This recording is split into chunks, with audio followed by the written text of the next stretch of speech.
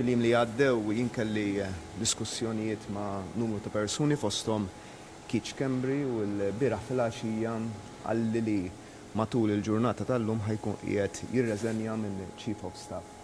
tiegħi għalli sabiex il-gvern ikun jibda' miexi il-qudiem b'mod aktar seren fil-ħidma tiegħu. Jien nirringrazzja il-Keith tal-ħidma illi ta' lill-gvern fl-aħħar snin, nemmen li kellu rwol kruċjali, nirringrazzjah tal-li refa' dan il-peace min-naħa tiegħu. Mill-ġurnata tal-lum il-Chief of Staff il-ġdid tiegħi ħajkun Mark Farrugia biex hemmhekk imbagħad nibqgħu mixin il-qudiem. Matul il-ġurnata tal-bieraħ kellna laqgħa tal-grupp parlamentari tal-Partit Laburista li kienet laqgħa miftuħa ħafna, mimlija b'responsabilità min-naħa ta' kulħadd fejn kulħadd ta' il-fema tiegħu jien ħadd nota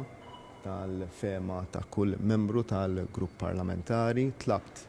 illi jkun hemm vot ta' fiduċja sigriet illi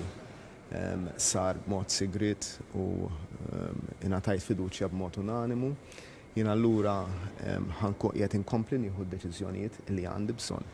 illi nieħu għal ġid tal-pajjiż. Dal-mument il-pajjiż għandu bżonn l-istabilità u l-mandat tiegħi u dak kollu li ħanagħmlu d-deċiżjonijiet illi ħankompli nieħu fis-sigħat li ġejjin u fil-jiem li ġejjin ħajkunu immirati biex tkun assigurata din l-istabilità biex l-istituzzjonijiet ikomplu jaħdmu b'mod seren dak li qed jiġri f'dawn il-jiem u f'dawn is-sigħat u jien ħanieħu il-parir li tawni numru ta' persuni li jgħidu li m'għandix noqgħod nitkellem waqt li għaddejja investigazzjoni attiva u nħalli l-investigaturi jagħmlu l-istqarrijiet tagħhom jinħares il-qudiem biex fix-ħin fis-sigħat jew fil-jiem li ġejjin tagħlaq l-investigazzjoni nagħti rendikont sħiħ tad-deċiżjonijiet illi ħadd jien ta' dak li rfajt u tal-mod ta' kif dawn id-deċiżjonijiet ħadthom waħdi.